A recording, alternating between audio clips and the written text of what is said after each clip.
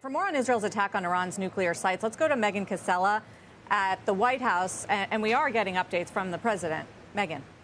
Absolutely, Sarah. Sweeping up a lot of reaction from here so far, though a lot of questions still outstanding as well. The Trump administration initially emphasizing overnight that it was not involved in these attacks, saying Israel had taken unilateral action here. But then President Trump this morning standing strongly by Israel in a few posts, saying in the last few hours that he gave Iran chance after chance to make a deal, but no matter how hard they tried, no matter how close they got, they just couldn't get it done. He went on to say that there is still time to make this slaughter, with the next already planned attacks being more brutal, come to an end. Iran must make a deal before there is nothing left and save what was once known as the Iranian Empire. And then in a second post about an hour later, the president said he had given Iran a 60-day ultimatum to make a deal, and that today is day 61.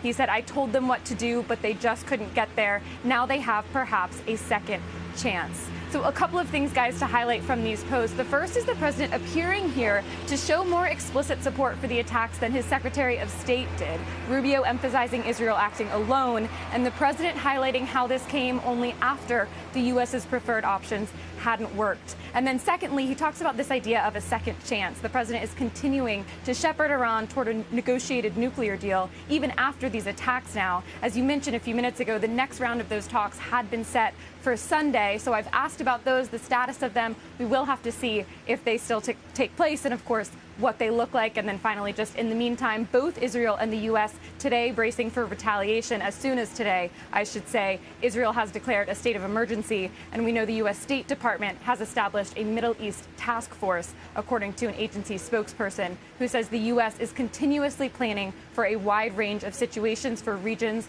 with heightened tensions. Guys.